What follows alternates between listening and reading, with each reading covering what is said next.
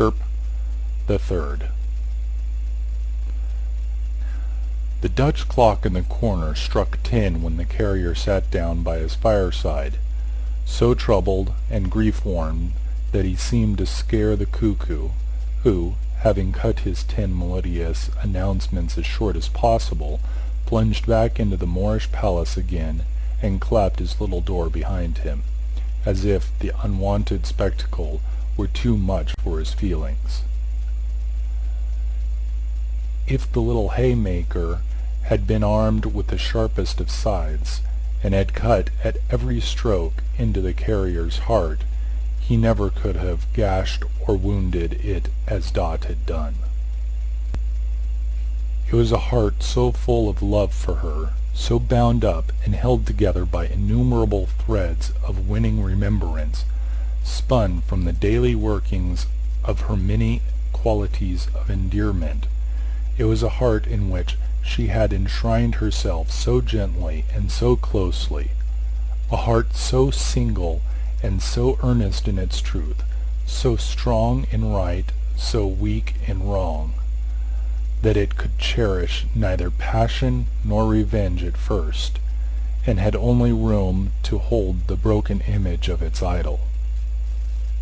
But slowly, slowly, as the carrier sat brooding on his heart, now cold and dark, other and fiercer thoughts began to rise within him, as an angry wind came rising in the night. The stranger was beneath his outraged roof. 3 steps would take him to his chamber door. 1 blow would beat it in. "You might do murder before you know it," Tackleton had said. How could it be murder if he gave the villain time to grapple with him hand to hand? He was the younger man. It was an ill-timed thought, bad for the dark mood in his mind. It was an angry thought, goading him to some avenging act that should change the cheerful house into a haunted place, which lonely travelers would dread to pass by night, and where the timid would see shadows struggling in the ruined windows when the moon was dim, and hear wild noises in the stormy weather. He was the younger man. Yes, yes, some lover who had won the heart that he had never touched, some lover of her early choice, of whom she had thought and dreamed, for whom she had pined and pined, when he had fancied her so happy by his side. Oh, agony to think of it! She had been above stairs with the baby, getting it in bed, as he sat brooding on the hearth. She came close beside him, without his knowledge. In the turning of the rack of his great misery, he lost all other sounds, and put her little stool at his feet. He only knew it when he felt her hand upon his own, and saw her looking into his face. With wonder? No, it was his first impression, and he was fain to look at her again, to set it right. No, not with wonder, with an eager and inquiring look, but not with wonder. At first it was alarmed and serious, then it changed into a strange, wild, dreadful smile of recognition of his thoughts. Then there was nothing but her clasped hand at his brow, and her bent head and falling hair. Though the power of omnipotence had been his to wield at that moment, he had too much of its diviner property of mercy in his breast to have turned 1 feather's weight of it against her. But he could not bear to see her crooning down upon the little seat where he had often looked on her with love and pride, so innocent and gay. And when she rose and left him, sobbing as she went, he felt it a relief to have the vacant place beside him rather than her so long cherished presence. This in itself was an anguish keener than all, reminding him how desolate he has become, and how the great bond of his life was rent asunder. The more he felt this, and the more he knew he could have better borne to see her lying prematurely dead before him with her little child upon her breast, the higher and the stronger rose his wrath against his enemy. He looked about him for a weapon. There was a gun hanging on the wall. He took it down and moved a pace or two toward the door of the perfidious stranger's room. He knew the gun was loaded. Some shadowy idea that it was just to shoot this man like a wild beast seized him, and dilated in his mind until it grew into a monstrous demon in complete possession of him, casting out all milder thoughts and setting up its undivided empire. That phrase is wrong. Not casting out his milder thoughts, but artfully transforming them, changing them into scourges to drive him on, turning water into blood, love into hate, gentleness into blind ferocity, her image souring, humbled, but still pleading to his tenderness and mercy with relentless power, never left his mind. But staying there, it urged him to the door, raised the weapon to his shoulder, fitted and nerved his finger to the trigger, and cried, "Kill him in his bed." He reversed the gun to beat the stock against the door. He already held it lifted in the air. Some indistinct design was in his thoughts of calling out to him to fly, for God's sake, by the window. When suddenly the struggling fire illuminated the whole chimney with a glow of light, and the cricket on the hearth began to chirp. No sound he could have heard, no human voice, not even hers, could so have moved and softened him. The artful words in which she had told him of her love and for this same cricket were once more freshly spoken. Her trembling, earnest manner at the moment was again before him.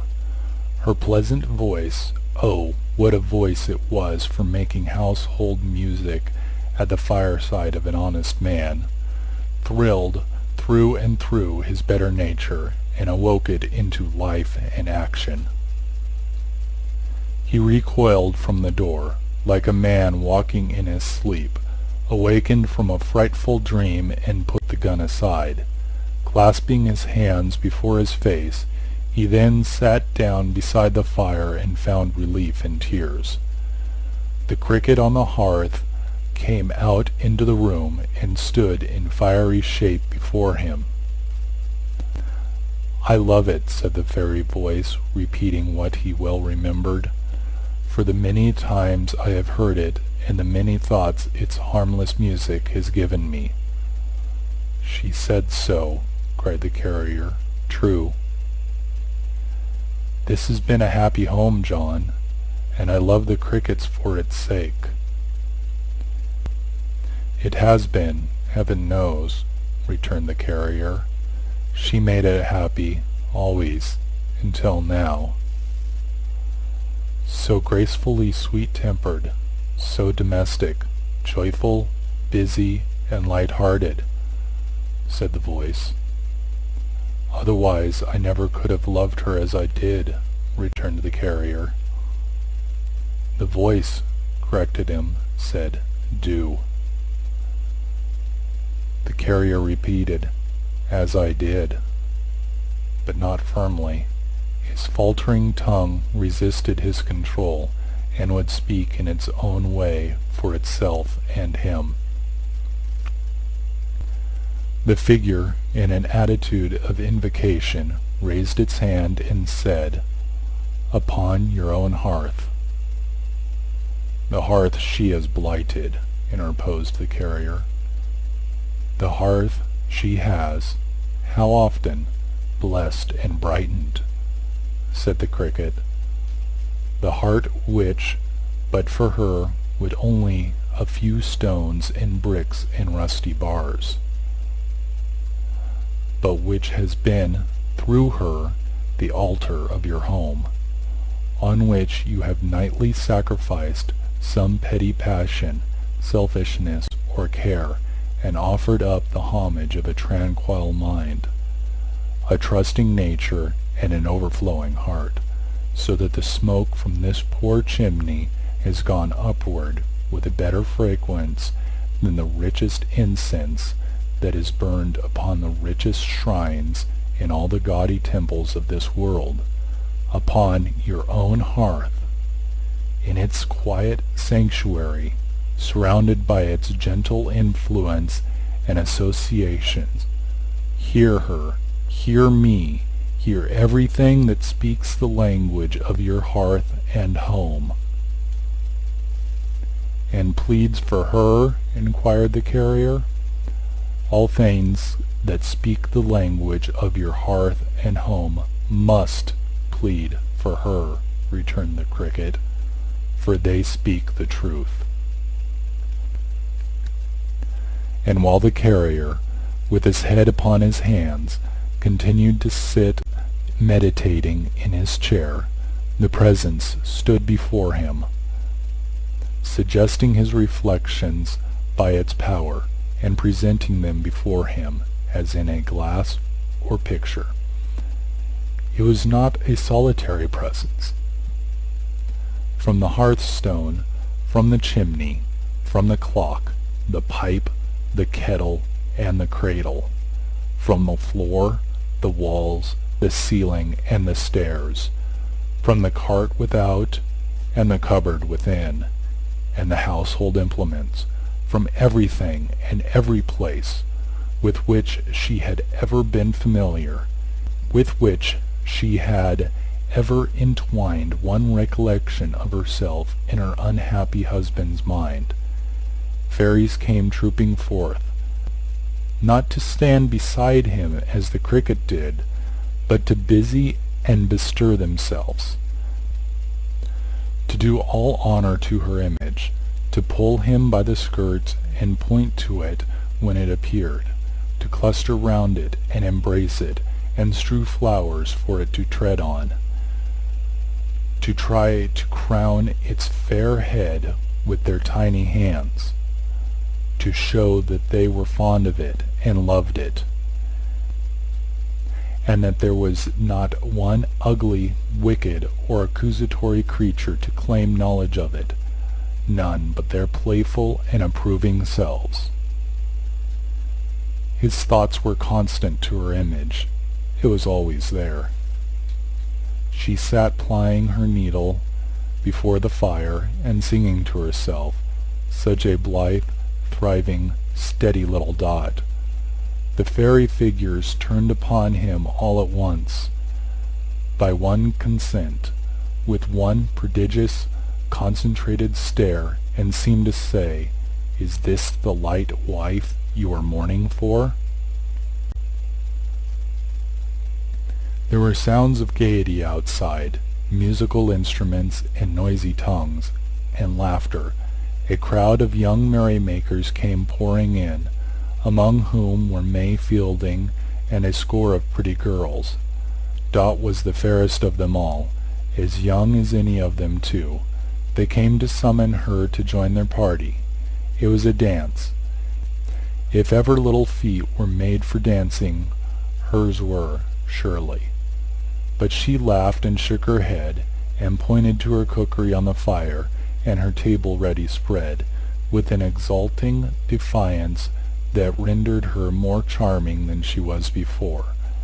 And so she merrily dismissed them, nodding to her would-be partners, one by one as they passed out, with a comical indifference, enough to make them go and drown themselves immediately if they were her admirers. And they must have been so, more or less. They couldn't help it. And yet indifference was not her character. Oh no, for presently there came a certain carrier to the door, and, bless her, what a welcome she bestowed upon him. Again the staring figures turned upon him all at once, and seemed to say, "Is this the wife who has forsaken you?" A shadow fell upon the mirror or the picture. Call it what you will, a great shadow of the stranger, as he first stood underneath their roof, covering his surface and blotting out all other objects. But the nimble fairies worked like bees to clear it off again, and Dot again was there, still bright and beautiful, rocking her little baby in its cradle, singing to it softly, and resting her head upon a shoulder which had its counterpart in the musing figure by which the fairy cricket stood.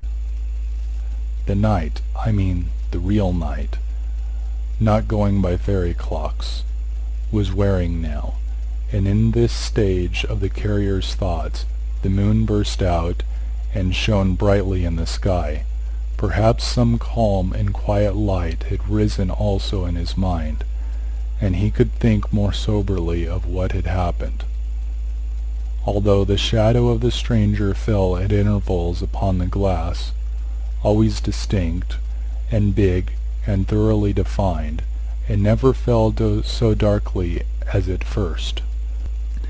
Whenever it appeared, the fairies uttered a general cry of consternation and plied their little arms and legs with inconceivable activity to rub it out, and whenever they got at Dot again and showed her to him once more, bright and beautiful, they cheered in the most inspiring manner.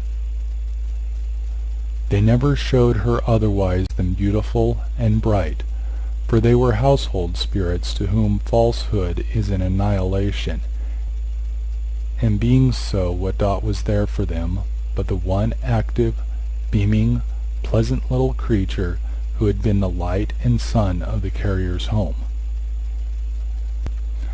The fairies were prodigiously excited when they showed her with the baby gossiping among the knot of sage old matrons, and affecting to be wondrous old and matronly herself, and leaning in a staid, demure old way on her husband's arm, attempting, she, such a bud of a little woman, to convey the idea of having adjured the vanities of the world in general, and of being the sort of person to whom it was no novelty at all to be a mother.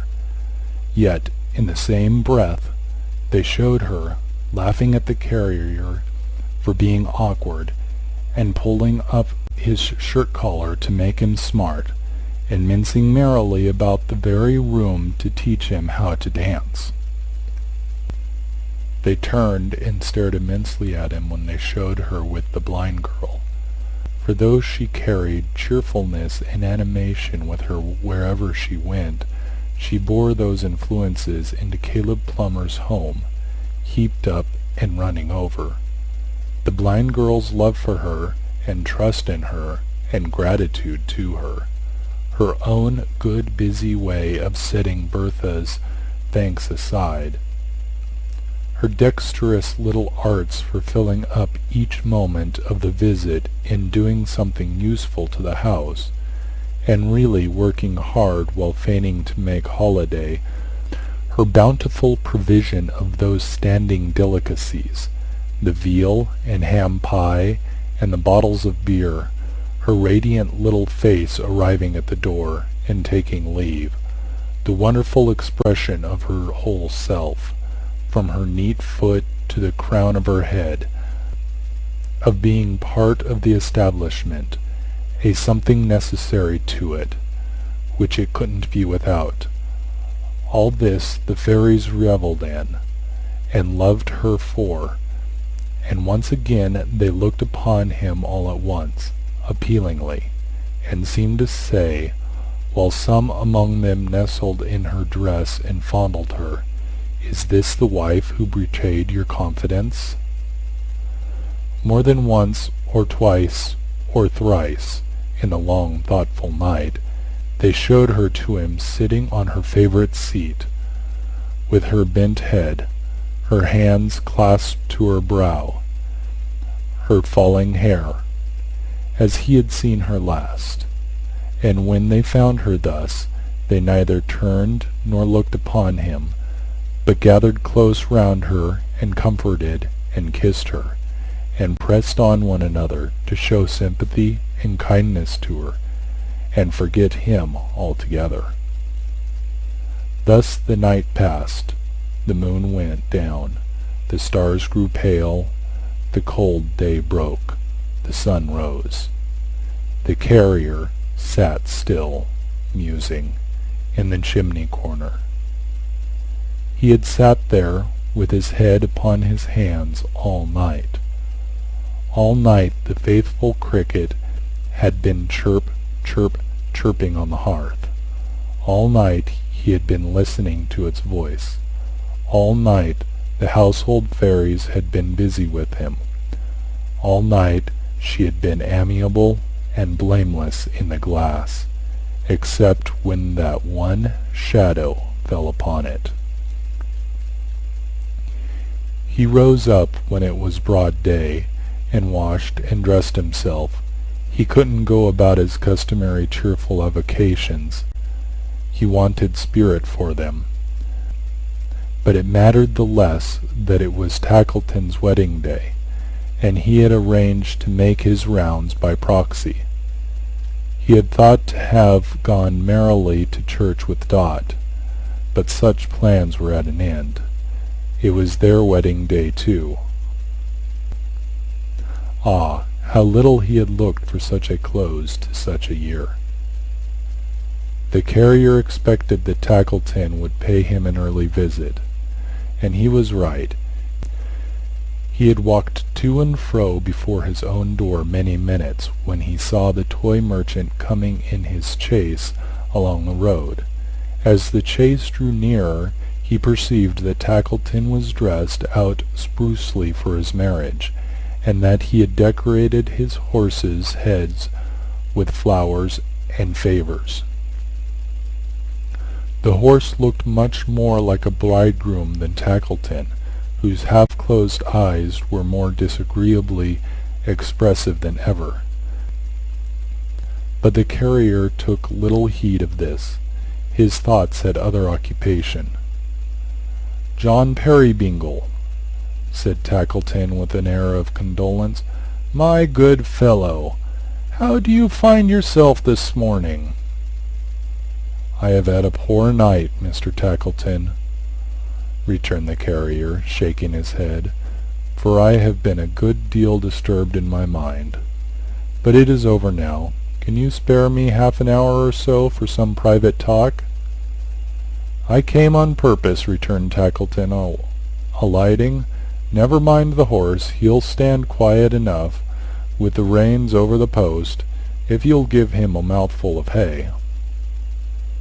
The carrier having brought it from his stable and set it before him, they turned into the house. "You are not married before noon," he said, "I think." "No," said Tackleton. "Plenty of time, plenty of time." When they entered the kitchen, Tilly Slowboy was rapping at the stranger's door, which was only removed from it by a few steps. One of her very red eyes, for Tilly had been crying all night long, because her mistress cried, was at the keyhole, and she was knocking very loud and seemed frightened. "If you please, I can't make nobody hear," said Tilly, looking round. "I hope nobody ain't gone in and been and dead, if you please." This philanthropic wish Miss Slowboy emphasized with various new raps and kicks at the door, which led to no result whatsoever. "Shall I go?" said Tackleton. "It's curious." The carrier, who had turned his face from the door, signed him to go if he would. So Tackleton went to Tilly Slowboy's relief, and he too kicked and knocked, and he too failed to get the least reply. But he thought of trying the handle of the door, and, as it opened easily, he peeped in, looked in, went in, and soon came running out. "John Peerybingle," said Tackleton in his ear, "I hope there has been nothing rash in the night." The carrier turned upon him quickly. "Because he's gone," said Tackleton, "and the window's open. I don't see any marks, to be sure. It's almost on a level with the garden.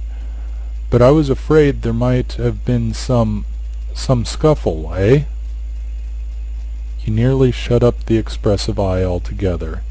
He looked at him so hard, and he gave his eye and his face and his whole person a sharp twist, as if he would have screwed the truth out of him. "Make yourself easy," said the carrier. "He went into that room last night without harm in word or deed from me, and no one has entered it since. He is away of his own free will. I'd go out gladly at that door and beg my bread from house to house for life, if I could so change the past that he had never come. But he has come and gone, and I have done with him."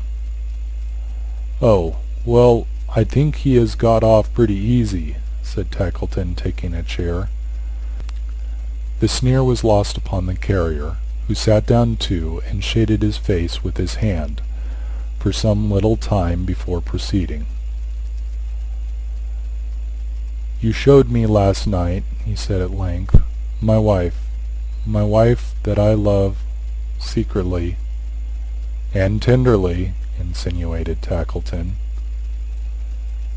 "Conniving at that man's disguise, and giving him opportunities of meeting her alone. I think there's no sight I wouldn't have rather seen than that. I think there's no man in the world I wouldn't have rather had to show it me. I confess to having my suspicions already," said Tackleton, "and that has made me objectionable here, I know. But as you did show it me," pursued the carrier, not minding him, "and as you saw her, my wife that I love—" His voice and eye and hand grew steadier and firmer as he repeated these words, evidently in pursuance of a steadfast purpose. "As you saw her at this disadvantage, it is right and just that you should also see with my eyes, and look into my breast, and know that my mind is upon the subject. For it's settled," said the carrier, regarding him attentively, "and nothing can shake it now." Tackleton muttered a few general words of assent about it being necessary to vindicate something or another, but he was overwhelmed by the manner of his companion, plain and unpolished as it was. It had a something dignified and noble in it, which nothing but the soul of a generous honour dwelling in the man could have imparted. End of Section 7.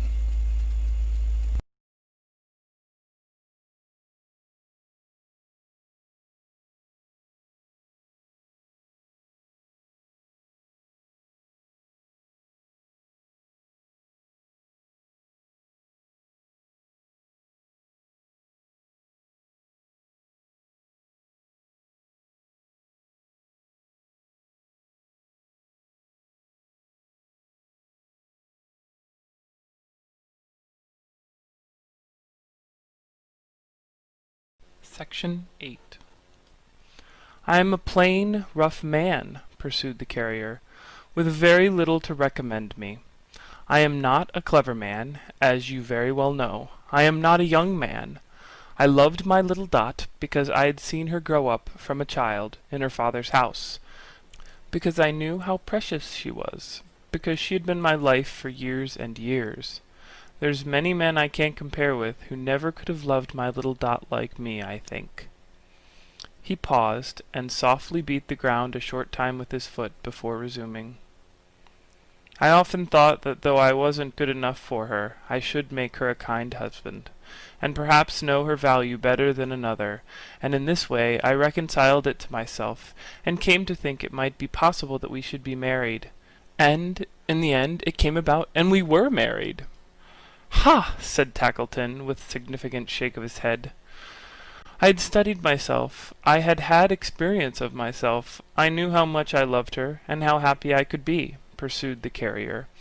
"But I had not, I feel it now, sufficiently considered her." "To be sure," said Tackleton. "Giddiness, frivolity, fickleness, love of admiration, not considered, all left out of sight. Ha!" "You had best not interrupt me," said the carrier with some sternness, "till you understand me, and you're wide of doing so.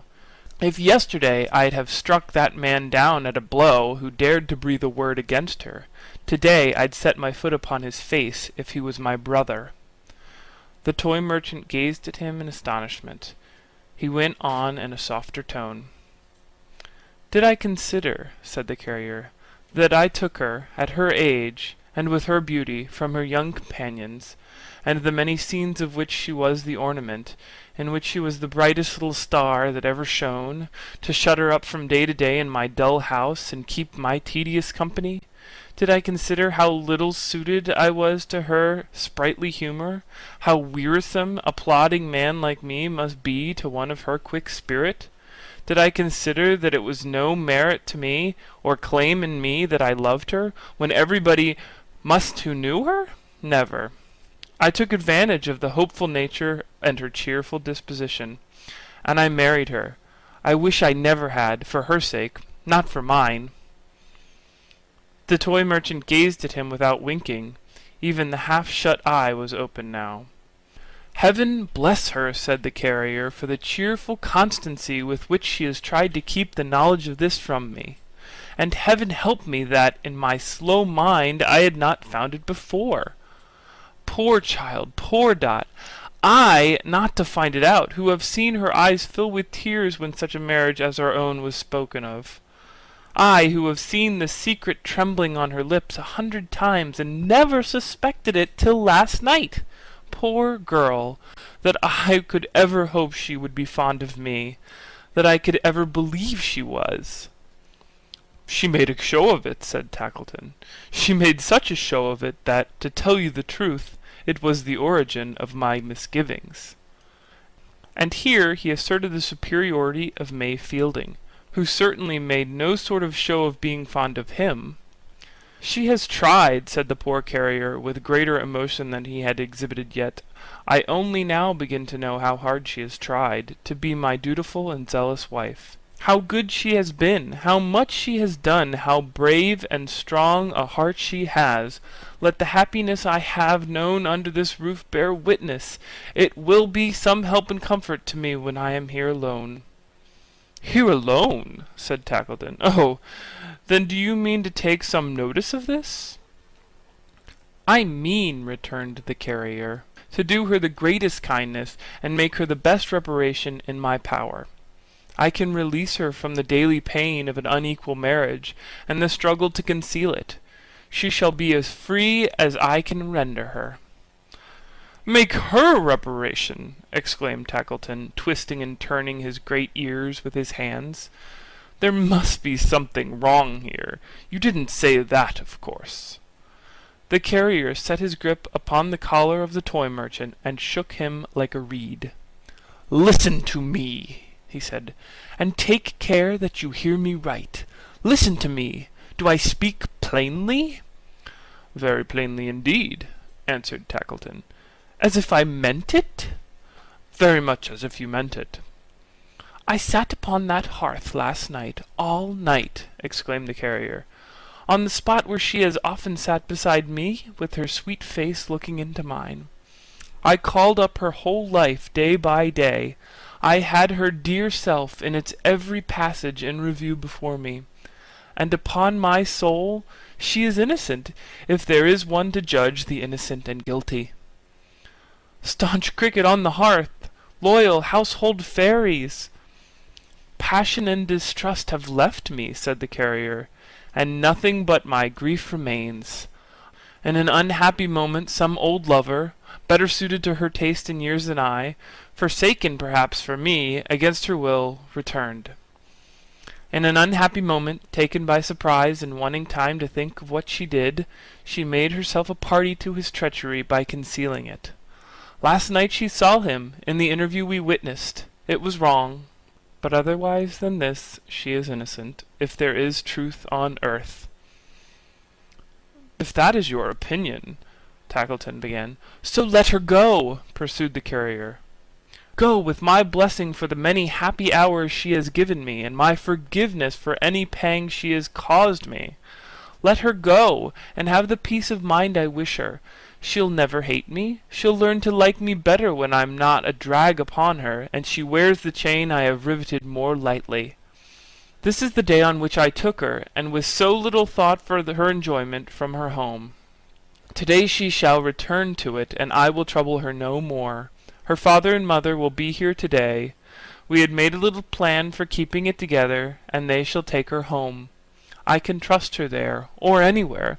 She leaves me without blame, and she will live so, I am sure. If I should die, I may perhaps while she is still young. I have lost some courage in a few hours. She'll find that I remembered her, and I loved her to the last. This is the end of what you showed me. Now it's over." "Oh, no, John, not over. Don't say it's over yet." "Not quite yet. I have heard your noble words. I could not steal away pretending to be ignorant of what has affected me with such deep gratitude. Do not say it's over till the clock has struck again." She had entered shortly after Tackleton, and had remained there. She never looked at Tackleton, but fixed her eyes upon her husband. But she kept away from him, setting as wide a space as possible between them, and, though she spoke with most impassioned earnestness, she went no nearer to him even then. How different in this from her old self! "No hand can make the clock which will strike again for me the hours that are gone," replied the carrier with a faint smile. "But let it be so if you will, my dear. It will strike soon. It's of little matter what we say. I'd try to please you in a harder case than that." "Well," muttered Tackleton, "I must be off, for when the clock strikes again it'll be necessary for me to be on my way to church. Good morning, John Peerybingle. I am sorry to be deprived of the pleasure of your company. Sorry for the loss, and the occasion of it too." "I have spoken plainly?" said the carrier, accompanying him to the door. Oh, quite. And you'll remember what I have said?" "Why, if you compel me to make the observation," said Tackleton, previously taking the precaution of getting into his chaise, "I must say that it was so very unexpected that I'm far from being likely to forget it." "The better for us both," returned the carrier. "Good-bye. I give you joy." "I wish I could give it to you," said Tackleton, "as I can't, thank ye. Between ourselves, as I told you before, eh? I don't much think I shall have the less joy in my married life because May hasn't been too officious with me and too demonstrative. Good-bye. Take care of yourself." The carrier stood looking after him until he was smaller in the distance than his horse's flowers and favours near at hand, and then, with a deep sigh, went strolling like a restless, broken man among some neighbouring elms, unwilling to return until the clock was on the eve of striking. His little wife, being left alone, sobbed piteously, but often dried her eyes and checked herself, to say how good he was, how excellent he was, and once or twice she laughed, so heartily, triumphantly, and incoherently, still crying at the time, that Tilly was quite horrified. "Oh, if you please don't," said Tilly. "It's enough to dead and bury the baby. So it is, if you please." "Will you bring him to me sometimes to see his father, Tilly?" inquired her mistress, drying her eyes, "when I can't live here, and I have gone to my old home?" "Oh, if you please don't!" cried Tilly, throwing her head back and bursting out into a howl. She looked at the moment uncommonly like a boxer. "Oh, if you please don't! Oh, why has everybody gone and been and done with everybody, making everybody else so wretched? Oh!" The soft-hearted Slowboy tailed off at this juncture into such a deplorable howl, the more tremendous from its long suppression, that she must infallibly have waked the baby and frightened him into something serious, perhaps convulsions, if her eyes had not encountered Caleb Plummer leading in his daughter. This spectacle restoring her to a sense of the proprieties, she stood for some few moments silent, with her mouth wide open, and then, posting off to the bed on which the baby lay asleep, danced in a weird St. Vitus manner on the floor, and at the same time rummaged with her face and head among the bedclothes, apparently deriving much relief from those extraordinary operations. "Mary!" said Bertha, "not at the marriage." "I told her you would not be there, Mum," whispered Caleb. "I heard as much last night. But bless you," said the little man, taking her tenderly by both hands, "I don't care what they say. I don't believe them. There ain't much of me, but that little should be torn to pieces sooner than I'd trust a word against you." He put his arms around her neck and hugged her, as a child might have hugged one of his own dolls. "Bertha couldn't stay at home this morning," said Caleb. "She was afraid, I know, to hear the wedding bells ring, and couldn't trust herself to be so near to them on their wedding day. So we started in good time, and came here." "I have been thinking of what I have done," said Caleb, after a moment's pause. "I have been blaming myself till I hardly knew what to do, or where to turn. For the distress of my mind I have caused her, and I've come to the conclusion that I'd better, if you'll stay with me, Mum, the while, tell her the truth. You'll stay with me a while?" he inquired, trembling from head to foot. "I don't know what effect it may have upon her. I don't know what she'll think of me. I don't know that she'll ever care for her poor father afterwards. But it's best for her that she should be undeceived, and I must bear the consequences as I deserve." "Mary," said Bertha, "where is your hand? Ah, here it is, pressing it to her lips with a smile and drawing it through her arm. "I heard them speaking softly among themselves last night of some blame against you. They were wrong." The carrier's wife was silent. Caleb answered for her. "They were wrong," he said. "I knew it!" cried Bertha proudly. "I told them so. I scorned to hear a word. Blame her with justice." She pressed the hand between her own and the soft cheek against her face. "No, I am not so blind as that." Her father went on one side of her, while Dot remained upon the other, holding her hand. "I know you all," said Bertha, "better than you think. But none so well as her, not even you, father. There is nothing half so real and so true about me as she is. If I could be restored to sight this instant, and not a word were spoken, I would choose her from a crowd. My sister." "Bertha, my dear," said Caleb, "I have something on my mind I want to tell you while we three are alone. Hear me kindly. I have a confession to make to you, my darling." "A confession, father?" "I have wandered from the truth and lost myself, my child," said Caleb with a pitiable expression in his bewildered face. "I have wandered from the truth, intending to be kind to you, and have been cruel." She turned her wonder-stricken face towards him, and repeated, "Cruel!" "He accuses himself too strongly, Bertha," said Dot. "You'll say so presently. You'll be the first to tell him so." "He cruel to me!" cried Bertha, with a smile of incredulity. "Not meaning it, my child," said Caleb, "but I have been, though I never suspected it till yesterday. My dear blind daughter, hear me and forgive me. The world you live in, heart of mine, doesn't exist as I have represented it. The eyes you have trusted in have been false to you." She turned her wonder-stricken face towards him still, but drew back and clung closer to her friend. "Your road in life was rough, my poor one," said Caleb, "and I meant to smooth it for you. I have altered objects, changed the character of people, invented many things that never have been, to make you happier. I have had concealments from you, put deceptions on you, God forgive me, and surrounded you with fancies." "But living people are not fancies," she said hurriedly, and turning very pale, and still retiring from him. "You can't change them." "I have done so, Bertha," pleaded Caleb. "There is one person that you know, my dove." "Oh, father, why do you say I know? What and whom do I know? I who have no leader, I so miserably blind." In the anguish of her heart she stretched out her hands as if she were groping her way, then spread them in a manner most forlorn and sad upon her face. "The marriage that takes place today," said Caleb, "is with a stern, sordid, grinding man, a hard master to you and me, my dear, for many years, ugly in his looks and in his nature, cold and callous always, unlike what I have painted him to you in everything, my child, in everything."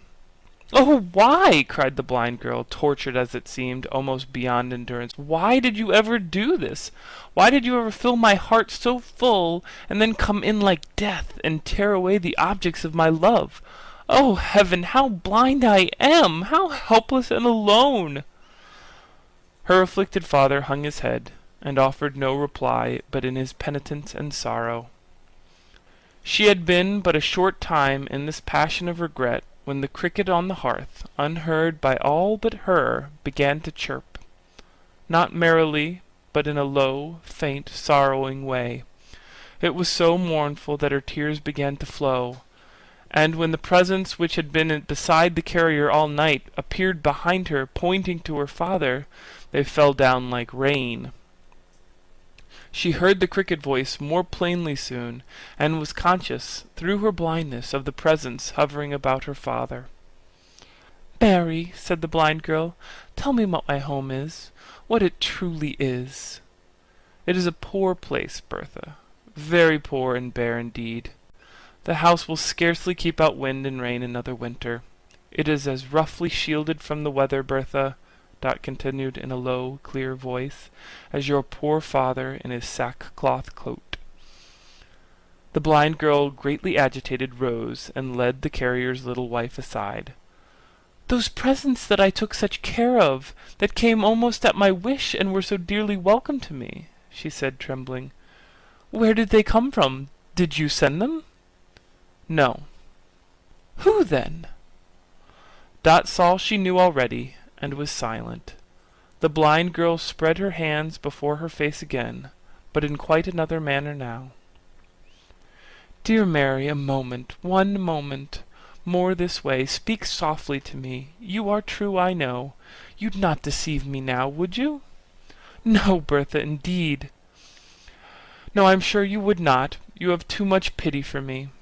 Mary, look across the room to where we were just now, to where my father is, my father, so compassionate and loving to me, and tell me what you see." "I see," said Dot, who understood her well, "an old man sitting in a chair and leaning sorrowfully on the back, with his face resting on his hand, as if his child should comfort him, Bertha." Yes, she will. Go on." "He is an old man, worn with care and work. He is a spare, dejected, thoughtful, grey-haired man. I see him now, despondent and bowed down, and striving against nothing. But, Bertha, I have seen him many times before, and striving hard in many ways for one great sacred object, and I honor his grey head, and bless him." The blind girl broke away from her, and throwing herself upon her knees before him, took the grey head to her breast. "It is my sight restored! It is my sight!" she cried. "I have been blind, and now my eyes are open. I never knew him. To think that I might have died, and never truly seen the father who has been so loving to me." There were no words for Caleb's emotion. "There is not a gallant figure on this earth," exclaimed the blind girl, holding him in her embrace, "that I would love so dearly and would cherish so devotedly as this. The greyer and more worn, the dearer, father. Never let them say I am blind again. There's not a furrow in his face, there's not a hair upon his head, that shall be forgotten in my prayers and thanks to heaven." Caleb managed to articulate, "My Bertha!" "And in my blindness I believed him," said the girl, caressing him with the tears of exquisite affection, "to be so different, and having him beside me day by day, so mindful of me always, never dreamed of this." "The fresh, smart father in the blue coat, Bertha," said poor Caleb. "He's gone." "Nothing is gone," she answered. "Dearest father, no. Everything here, in you. The father that I loved so well, the father that I never loved enough, and never knew, the benefactor whom I first began to reverence and love, because he had such sympathy for me. All are here in you. Nothing is dead to me. The soul of all that is most dear to me is here, with the worn face and the grey head. I am not blind, father, any longer." Dot's whole attention had been concentrated during this discourse upon the father and daughter, but looking now towards the little haymaker in the moorish meadow, she saw that the clock was within a few minutes of striking, and fell immediately into a nervous and excited state. "Father," said Bertha, hesitating. "Mary!" "Yes, my dear," returned Caleb. "Here she is." "There is no change in her? You never told me anything of her that was not true?" "I should have done it, my dear, I'm afraid," returned Caleb, "if I could have made her better than she was. But I must have changed her for the worse if I had changed her at all. Nothing could improve her, Bertha." Confident as the blind girl had been when she asked the question, her delight and pride in the reply, and her renewed embrace of Dot, were charming to behold. "More changes than you think for may happen, though, my dear," said Dot. "Changes for the better, I mean. Changes for great joy to some of us. You mustn't let them startle you too much, if any such should ever happen and affect you. Are those wheels upon the road? You've a quick ear, Bertha. Are they wheels?" "Yes, coming very fast." I know you have a quick ear," said Dot, placing her hand upon her heart, and evidently talking on as fast as she could to hide its palpitating state, "because I have noticed it often, and because you were so quick to find out that strange step last night. Though why you should have said, as I very well recollect you did say, Bertha, 'Whose step is that?' and why you should have taken any greater observation of it than any other step, I don't know. Though, as I said just now, there are great changes in the world, great changes, and we can't do better than prepare ourselves to be surprised at hardly anything." End of section 8.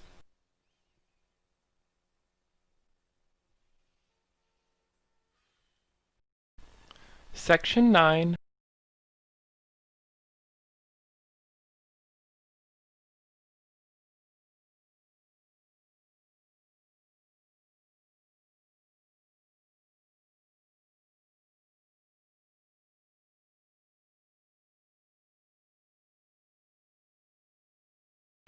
Caleb wondered what this meant, perceiving that she spoke to him no less than to his daughter.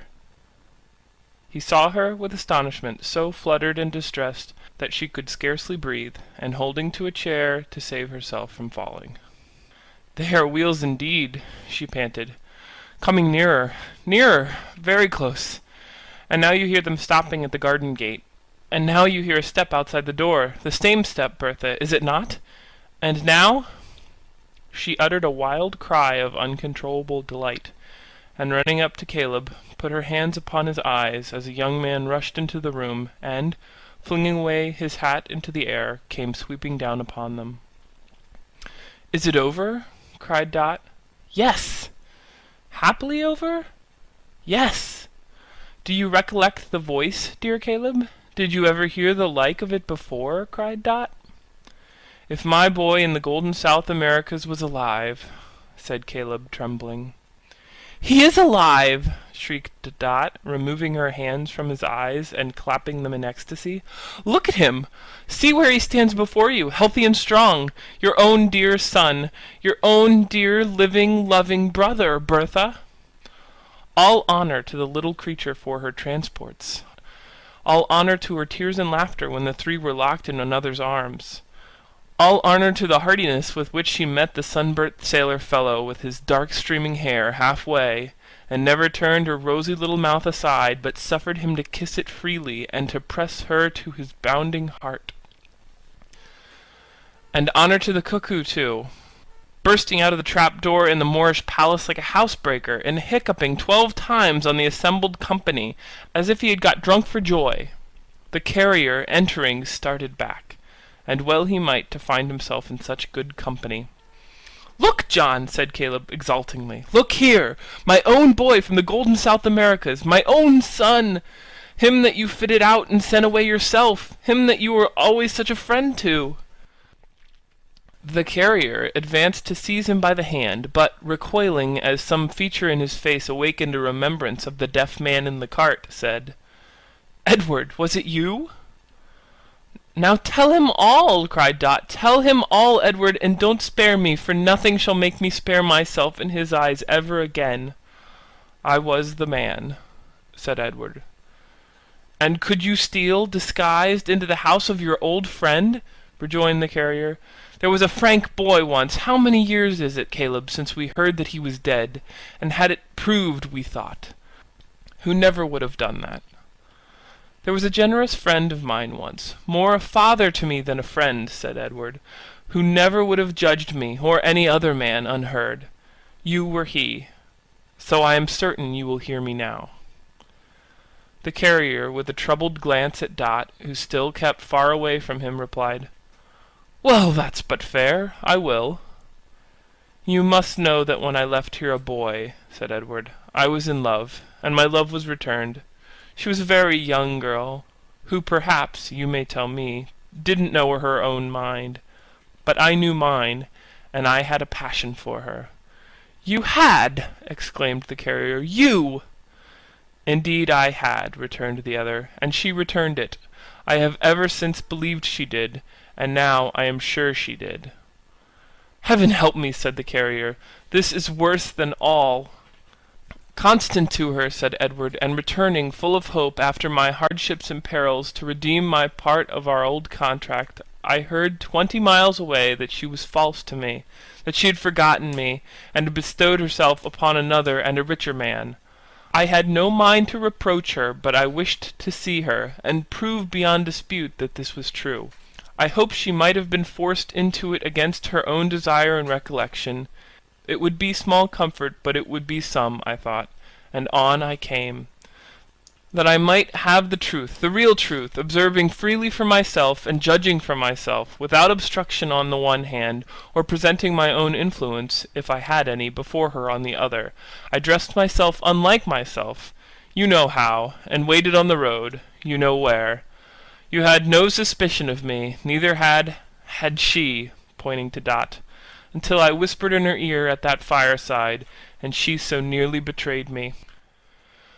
"But when she knew that Edward was alive and had come back," sobbed Dot, now speaking for herself, as she had burned to do all through this narrative, "and when she knew his purpose, she advised him by all means to keep his secret close, for his old friend John Peerybingle was much too open in his nature, and too clumsy in all artifice, being a clumsy man in general," said Dot, half laughing and half crying, "to keep it for him. And when she, that's me, John," sobbed the little woman, "told him all, and how his sweetheart had believed him to be dead, and how she had at last been over-persuaded by her mother into a marriage with the silly, dear old thing called Advantageous, and when she, that's me, again, John, told him that they were not yet married, though close upon it, and that it would be nothing but a sacrifice if it went on, for there was no love on her side, and when he went nearly mad with joy to hear it, then she, that's me again, said she would go between them, as she had often done before in old times, John, and would sound his sweetheart. And be sure that what she, me again, John, said and thought was right, and it was right, John. And they were brought together, John, and they were married, John, an hour ago, and here's the bride. And Gruffin Tackleton may die a bachelor, and I'm a happy little woman, may. God bless you." She was an irresistible little woman, if that be anything to the purpose, and never so completely irresistible as in her present transports. There never were congratulations so endearing and delicious as those she lavished upon herself and on the bride. Amid the tumult of emotions in his breast, the honest carrier had stood confounded. Flying now towards her, Dot stretched out her hand to stop him, and retreated as before. No, John, no! Hear all! Don't love me any more, John, till you've heard every word I have to say. It was wrong to have a secret from you, John. I'm very sorry. I didn't think it any harm till I came and sat down by you on the little stool last night. But when I knew but what was written in your face, that you had seen me walking in the gallery with Edward, and when I knew what you had thought, I felt how giddy and how wrong it was. But oh dear John, how could you think so? Little woman, how she sobbed again. John Peerybingle would have caught her in his arms, but no, she wouldn't let him. Don't love me yet, please, John. Not for a long time yet. When I was sad about this intended marriage, dear, it was because I remembered May and Edward such young lovers, and I knew that her heart was far away from Tackleton. You believe that now, don't you, John?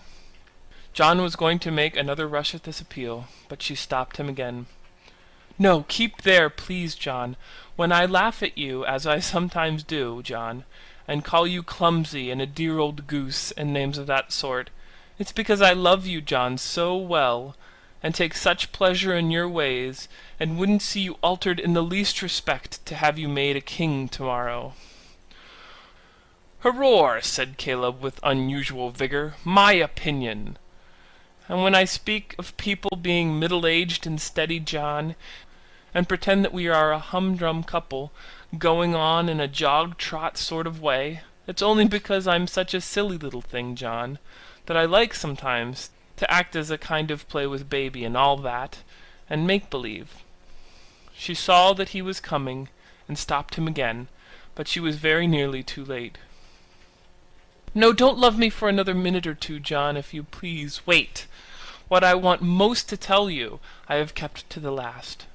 My dear, good, generous John, when we were talking the other night about the cricket, I had it on my lips to say that at first I did not love you quite so dearly as I do now. When I first came home here, I was half afraid that I mightn't learn to love you every bit as well as I had hoped and prayed I might, being so very young, John.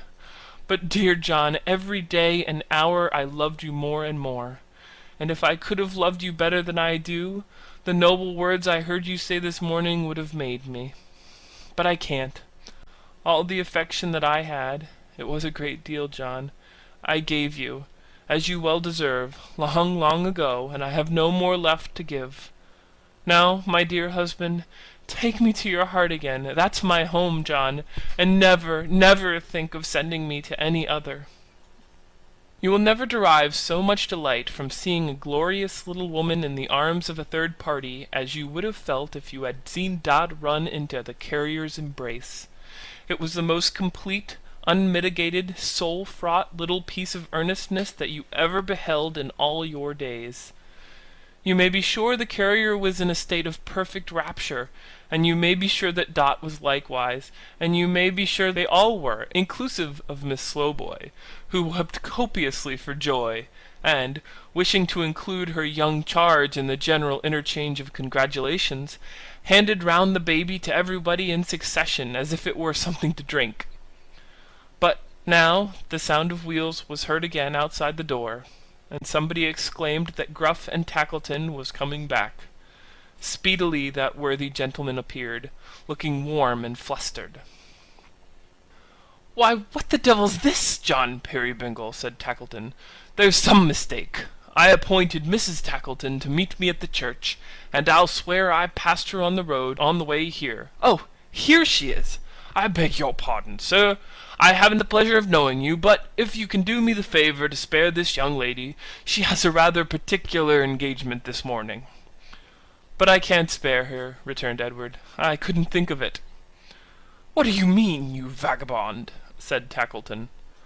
"I mean that, as I can make allowance for your being vexed," returned the other with a smile, "I am as deaf to harsh discourse this morning as I was to all discourse last night." The look that Tackleton bestowed upon him, and the start he gave. "I am sorry, sir," said Edward, holding out May's left hand, and especially the third finger, "that the lady can't accompany you to church, but as she has been there once this morning, perhaps you'll excuse her." Tackleton looked hard at the third finger, and took a little piece of silver paper, apparently containing a ring, from his waistcoat pocket. "Miss Slowboy," said Tackleton, "will you have the kindness to throw that in the fire? Thank ye." "It was a previous engagement, quite an old engagement, that prevented my wife from keeping her appointment with you, I assure you," said Edward. "Mr. Tackleton will do me the justice to acknowledge that I revealed it to him faithfully, and that I told him many times I never could forget it," said May, blushing. "Oh, certainly," said Tackleton. "Oh, to be sure. Oh, that's all right. It's quite correct. Mrs. Edward Plummer, I infer?" "That's the name," returned the bridegroom. "Ah, I shouldn't have known you, sir," said Tackleton, scrutinizing his face narrowly, and making a low bow. "I give you joy, sir." "Thank ye." "Mrs. Peerybingle," said Tackleton, turning suddenly to where she stood with her husband, "I'm sorry. You haven't done me a very great kindness, but, upon my life, I am sorry. You are better than I thought you. John Peerybingle, I am sorry. You understand me. That's enough. It's quite correct, ladies and gentlemen all, and perfectly satisfactory. Good morning." With these words he carried it off, and carried himself too, merely stopping at the door to take the flowers and favours from his horse's head, and to kick that animal once in the ribs, as a means of informing him that there was a screw loose in his arrangements. Of course it became a serious duty now to make such a day of it as should mark these events for the high feast and festival in the Peerybingle calendar for evermore. Accordingly, Dot went to work to produce such an entertainment as should reflect undying honour on the house and on every one concerned, and, in a very short space of time, she was up to her dimpled elbows in flour, and whitening the carrier's coat every time he came near her, by stopping to give him a kiss. That good fellow washed the greens, and peeled the turnips, and broke the plates, and upset iron pots full of cold water on the fire, and made himself useful in all sorts of ways, while a couple of professional assistants, hastily called in from somewhere in the neighbourhood, as on a point of life or death, ran against each other in all the doorways and round the corners, and everybody tumbled over Tilly Slowboy and the baby everywhere. Tilly never came out in such force before. Her ubiquity was a theme of general admiration. She was a stumbling block in the passage at 25 minutes past 2, a man-trap in the kitchen at 2:30 precisely, and a pitfall in the garret at 25 minutes to 3. The baby's head was, as it were, a test and touchstone for every description of matter, animal, vegetable, and mineral. Nothing was in use that day that didn't come, at some time or other, in close acquaintance with it. Then there was a great expedition set on foot to go to find Mrs. Fielding, and to be dismally penitent to the excellent gentlewoman, and to bring her back, by force if needed, to be happy and forgiving. And when the expedition first discovered her, she would listen to no terms at all, but said, an unspeakable number of times, that ever should she have lived to see the day, and couldn't be got to say anything else except, "Now carry me to the grave," which seemed absurd, on account of her not being dead, or anything at all like it. After a time she lapsed into a state of dreadful calmness, and observed that, when that unfortunate train of circumstances had occurred in the indigo trade, she had foreseen that she would be exposed, during her whole life, to every species of insult and contumely, and that she was glad to find it was the case, and begged they wouldn't trouble themselves about her, for what would she? Oh dear, nobody! But would forget that such a being lived, and would take their course in life without her. From this bitterly sarcastic mood she passed into an angry one, in which she gave vent to the remarkable expression that the worm would turn if trodden on, and after that she yielded to a soft regret, and said, if they had only given her their confidence, what might she not have had it in her power to suggest? Taking advantage of this crisis in her feelings, the expedition embraced her, and she very soon had her gloves on, and was on her way to John Peerybingle's in a state of unimpeachable gentility, with a paper parcel at her side containing a cap of state, almost as tall and quite as stiff as a mitre. Then there were Dot's father and mother to come in another little chaise, and they were behind their time, and fears were entertained, and there was much looking out for them down the road, and Mrs. Fielding always would look in the wrong and morally impossible direction, and, being apprised thereof, hoped she might take the liberty of looking where she pleased. At last they came, a chubby little couple, jogging along in a snug and comfortable little way that quite belonged to the Dot family, and Dot and her mother, side by side, were wonderful to see, they were so like each other. Then Dot's mother had to renew her acquaintance with May's mother, and May's mother always stood on her gentility, and Dot's mother never stood on anything but her active little feet. And old Dot, so to call Dot's father, I forgot it wasn't his right name, but never mind, took liberties and shook hands at first sight, and seemed to think a cap but so much starch and muslin, and didn't defer himself at all to the indigo trade, but said there was no help for it now, and, in Mrs. Fielding's summing up, was a good-natured kind of man, but coarse, my dear. I wouldn't have missed Dot doing the honours in her wedding gown, my benison on her bright face, for any money. No, nor the good carrier, so jovial and so ruddy, at the bottom of the table, nor the brown, fresh sailor fellow and his handsome wife, nor any one among them.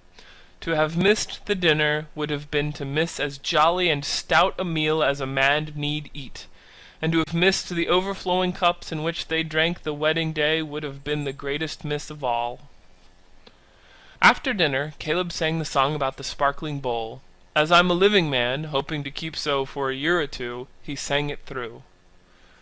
And by the by, the most unlooked-for incident occurred, just as he finished the last verse. There was a tap at the door, and a man came staggering in without saying with your leave or by your leave, with something heavy on his head. Setting this down in the middle of the table, symmetrically in the centre of the nuts and apples, he said, "Mr. Tackleton's compliments, and as he hasn't got no use for the cake himself, p'raps you'll eat it." And with those words he walked off. There was some surprise among the company, as you may imagine. Mrs. Fielding, being a lady of infinite discernment, suggested that the cake was poisoned, and related a narrative of a cake which, within her knowledge, had turned a seminary for young ladies blue, but she was overruled by acclamation, and the cake was cut by May with much ceremony and rejoicing. I don't think anyone had tasted it when there came another tap at the door, and the same man appeared again, having under his arm a vast brown paper parcel. "Mr. Tackleton's compliments, and he's sent a few toys for the babby. They ain't ugly." After the delivery of which expressions he retired again. The whole party would have experienced great difficulty in finding words for their astonishment, even if they had had ample time to seek them. But they had none at all, for the messenger had scarcely shut the door behind him when there came another tap, and Tackleton himself walked in. "Mrs. Peerybingle," said the toy merchant, hat in hand, "I'm sorry. I'm more sorry than I was this morning. I've had time to think of it. John Peerybingle, I am sour by disposition, but I can't help being sweetened more or less by coming face to face with such a man as you. Caleb, this unconscious little nurse gave me a broken hint last night, of which I have found the thread. I blush to think how easily I might have bound you and your daughter to me, and what a miserable idiot I was when I took her for one. Friends, one and all, my house is very lonely tonight. I have not so much as a cricket on my hearth. I have scared them all away. Be gracious to me. Let me join this happy party." He was at home in 5 minutes. You never saw such a fellow. What had he been doing with himself all his life, never to have known before his great capacity of being jovial? Or what had the fairies been doing with him, to have effected such a change? "John, you won't send me home this evening, will you?" whispered Dot. He had been very near it, though. There wanted but one living creature to make the party complete, and, in the twinkling of an eye, there he was, very thirsty, with hard running, and engaged in hopeless endeavours to squeeze his head into a narrow pitcher. He had gone with the cart to its journey's end, very much disgusted with the absence of his master, and stupendously rebellious to the deputy. After lingering about the stable for some little time, vainly attempting to incite the old horse to the mutinous act of returning on his own account, he had walked into the tap-room and laid himself down before the fire. But suddenly yielding to the conviction that the deputy was a humbug and must be abandoned, he had got up again, turned tail, and come home. There was a dance in the evening, with which general mention of that recreation I should have left it alone, if I had not some reason to suppose that it was quite an original dance, and one of a most uncommon figure. It was formed in an odd way, in this way. Edward, the sailor fellow, a good free dashing sort of fellow he was, had been telling them various marvels concerning parrots and mines and Mexicans and gold dust, and all at once he took it in his head to jump up from his seat and propose a dance. For Bertha's harp was there, and she such a hand upon it as you seldom hear. Dot, sly little piece of affection when she chose, said her dancing days were over, I think because the carrier was smoking his pipe, and she liked sitting by him best. Mrs. Fielding had no choice, of course, but to say her dancing days were over. After that, and everybody said the same, except May. May was ready. So May and Edward get up, amid great applause, to dance alone, and Bertha plays her liveliest tune. Well, if you'll believe me, they had not been dancing for 5 minutes, when suddenly the carrier flings his pipe away, takes Dot round the waist, dashes out into the room, and starts off with her, toe and heel, quite wonderfully. Tackleton no sooner sees this than he skims across to Mrs. Fielding, takes her round the waist, and follows suit. Old Dot no sooner sees this than up he is, all alive, whisks off Mrs. Dot into the middle of the dance, and is foremost there. Caleb no sooner sees this than he clutches Tilly Slowboy by both hands, and goes off at score, Miss Slowboy firm in the belief that diving hotly in among other couples, and effecting any number of concussions with them, is your only principle of footing it. Hark! How the cricket joins the music with its chirp, chirp, chirp, and how the kettle hums! But what is this? Even as I listen to them blithely, and turn towards Dot for one last glimpse of a little figure, very pleasant to me, she and the rest have vanished into air, and I am left alone. A cricket sings upon the hearth, a broken child's toy lies upon the ground, and nothing else remains. End of section